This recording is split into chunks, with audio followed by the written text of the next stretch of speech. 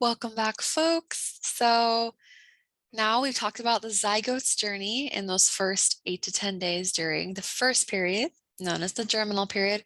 And now we've entered the next period, the embryonic period, at which point the organism is called an embryo, as the name suggests.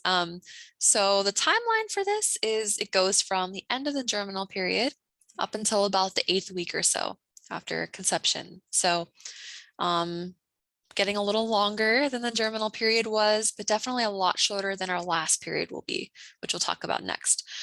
So gearing into the embryonic period, kind of a summary of what's going on in general is the organism has successfully implanted, right, as we talked about in the last period.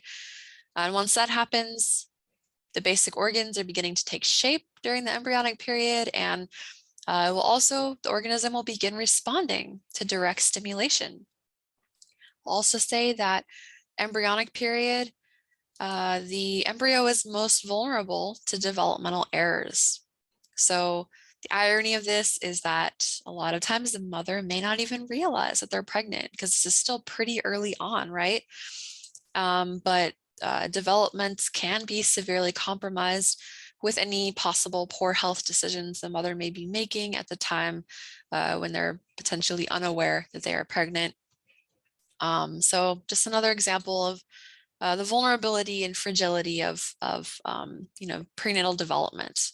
In this case, vulnerability to potential teratogens and the decisions the mother may be making at that time. We'll talk about teratogens later. You probably are like, what is that? Some of you, that will come later, but I just wanted to highlight that this is the most vulnerable time for developmental errors to occur. So going into more detail about embryonic growth, these images are embryos in different parts of the journey, and they look like little aliens, right? So not quite looking like infants that we know. But let's talk a little bit about the type of growth we're seeing during this period. So 3 to 4 weeks, we're actually seeing a primitive brain and a spinal cord developing. The heart is developing, and eyes, ears, and digestive system start to take form. So there's actually a lot occurring in these first few weeks. 5 to 8 weeks, we start to see lungs, muscles, and the face taking form. A sense of touch is actually developing, and the embryo can move. So at this point, it's not just the development of the organism, but it's also what they are capable of doing. We're seeing some development there as well. And it gets even more complex than what they can do as it moves on, which we'll talk about in the next period. So that's kind of an overview, stripped down overview of embryonic growth. Now let's talk about the embryo's life support system, as I like to call it. So these are the 3 things that are key in keeping the embryo safe, protected, and nourished. Hence why I refer to it as the life support system, to providing nutrition and protection. So first we have the placenta. Placenta is providing oxygen and nutrients. It's being transferred between the mom and the embryo. So I'll also say that things like viruses and alcohol and drugs, they can also be transferred as well through the placenta, causing potentially negative effects. We also have the umbilical cord, our second life support system. So this links the placenta to the embryo and the mother's uterine wall through blood vessels. So the umbilical cord is about 20 inches long, and it's filled with gelatinous fluid called Wharton's jelly.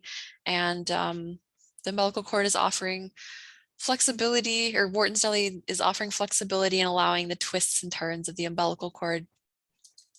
Lastly, we have the amnion, amniotic sac. This is a fluid-filled protective environment, like we can see in this diagram here. We have the amniotic fluid, and then we have the amnion surrounding the organism. And what it does, its functions, is it cushions against any jolts of the mother's body, and it also regulates temperature. So as you can see, all 3 of these are providing really key functions, right? To, again, protect and provide the embryo with nutrition and things that they need to keep developing. So that is breakdown of three very key aspects of the embryonic period that keeps the embryo safe and protected. What about cell differentiation? So what's going on with the cells? So while the outer cells of the organism are forming the placenta and the other protective membranes that we just talked about, the inner cell mass is beginning to differentiate into various types of cells, which will become eventual organs. So the first step, the inner cell mass, it separates into two layers. The ectoderm down here, and the endoderm. I didn't put these in the order that they develop. I put it more as inner, middle, outer, but the ectoderm and endoderm is kind of the first two layers, and the mesoderm, it develops later, which we'll talk about. Getting tongue-tied here with all these derm words. But yes, so ectoderm is the outer layer, and this becomes the skin, the teeth, the nails, and the central nervous system. You also have the endoderm. This is the inner layer, and this becomes the digestive system, the lungs. And later on, as we see in the diagram here, of this little middle layer, this eventually forms and is called the mesoderm. And this becomes muscles, bones, and the circulatory system. So pretty remarkable, all this development that's occurring during cell differentiation. Let's also talk about body development patterns. So what are the patterns of how the embryo is actually growing? Because it starts as a certain size and it grows, but what are those developmental patterns that it's growing? So we want to kind of know these two patterns. Cephalocaudal pattern, this is going from head to tail. So the image here is featuring babies that are probably like a year old, just for your reference, because we all know what human bodies look like. It'd be a little harder to illustrate this with an embryo, because as we saw, they look like little aliens, but just to give us an idea of these patterns a little clearer. So cephalocaudal pattern is going from head to tail. So as you can see the arrow here going downward, right? From the top, the head, downward. So this is one pattern of development of how the embryo actually grows, going from head to tail. For example, the arm buds will develop before the leg buds. We also have proximodistal patterns is also occurring. This is going from the middle and outward. So for example, the spinal cord, which would be more in the core, would develop before the arm buds, right? It's going outward from the middle. So you just kind of want to know those two patterns of development of how the embryo is developing.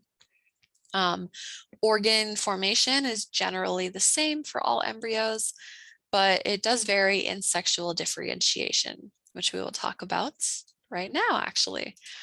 So sexual differentiation in the first 6 weeks, there's actually no structural difference between genetic males and females. Around the 7th week, that changes. So 7th week, genetically male organisms will begin to form testes. Genetically female organisms, there's no changes apparent actually until several weeks later, at which time the ovaries will form. So I also want to point out that it's actually not genes, but it's hormones that determine external genitalia. So genetic males typically have high levels of androgens, especially testosterone. Genetic females, they also produce testosterone, but at a much smaller amount, typically. If there is high testosterone, we will see the formation of penis and a scrotum. We'll see the development there. If there's low testosterone, we'll see the development of female external genitalia being formed. However, sometimes, rarely, errors in sex development will result in sex organ characteristics of both sexes. So for example, too little testosterone in genetic males or too much in genetic females, we may see this this development of sex organ characteristics of both sexes. So it's pretty interesting how it's actually hormones, not genes, that are determining that external genitalia. And errors can occur along the way there, not necessarily match up with whatever you genetically are. So that ends the embryonic period. And next we'll talk about the fetal period, our final period of prenatal development. So thanks for joining everyone, and I will see you there.